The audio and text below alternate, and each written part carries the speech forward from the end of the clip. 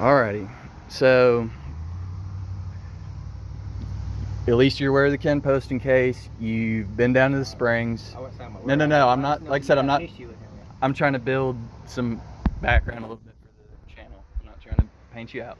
So, what has happened since then, since you've last seen me and encountered me and stuff, is that got dismissed with Ken Poston, completely thrown out.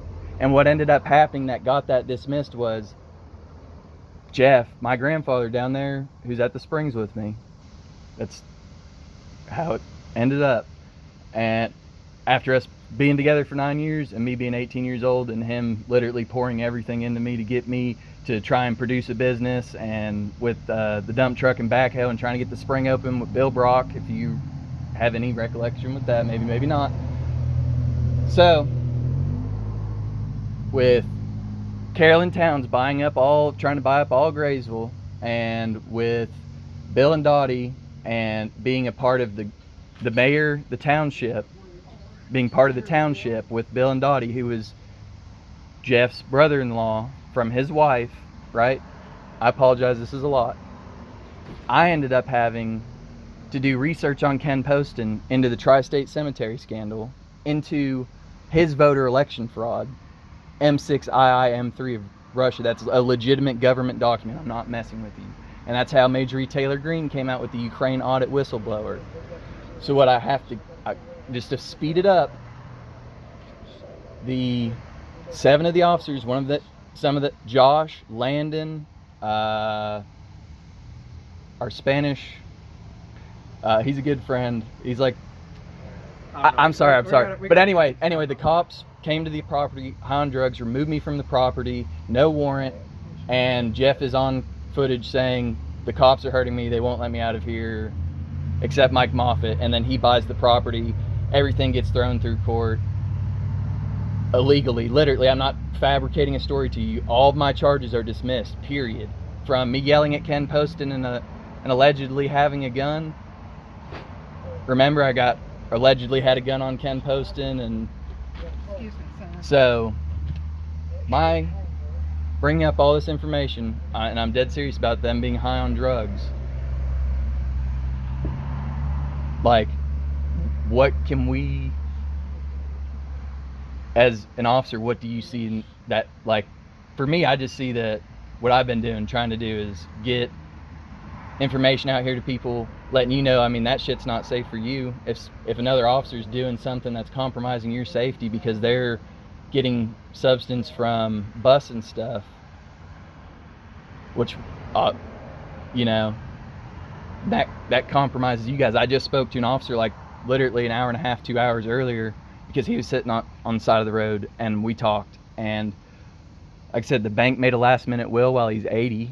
My grandmother had the same thing happen to her. They went back to the one when she was 60 because she died shortly after the new one was made, similar to him. Within 6 to 8 months, he passed away, and they had him in the hospital for 6 days, calling me on recording where I have it on audio on this YouTube channel with 20 million views.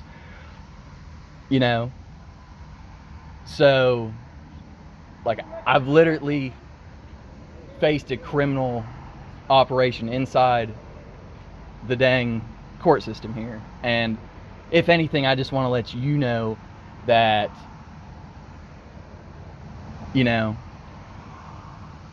that it's ridiculous, and I hope for the best of your safety and stuff like that. I appreciate that, Alex.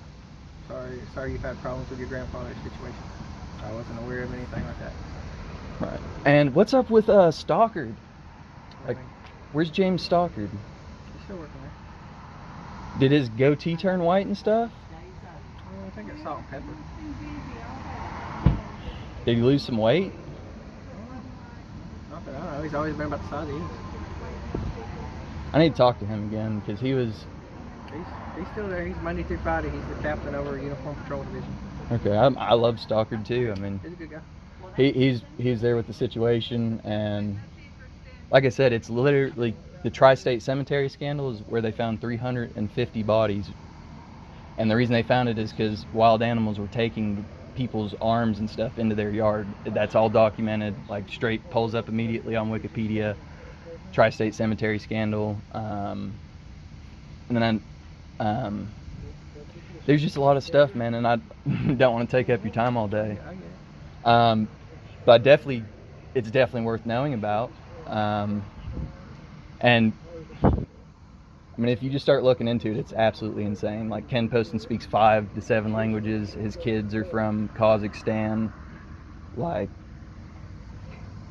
And like I said, I've already dealt with all this stuff. I already got the charges dismissed. Like, they're doing this whole stuff in the news about election stuff right now is because of the situation that I've been pushing through because I've helped push through the Fulton County, Fannie Willis, and all that stuff. So that's why, I tried to come over here and stuff. Well, you can record all you want to outside, just can't inside, okay? I appreciate that. And do you see anything through this situation? I'm still going to shake your hand, but you see... Because my poster was up on that damn wall in the damn sheriff's office, and I know for a fact because I got pulled over right here with Emerson Russell, who makes all the sheriff uniforms and stuff and military equipment, and owned all that 700 acres right there where my grandfather was. And I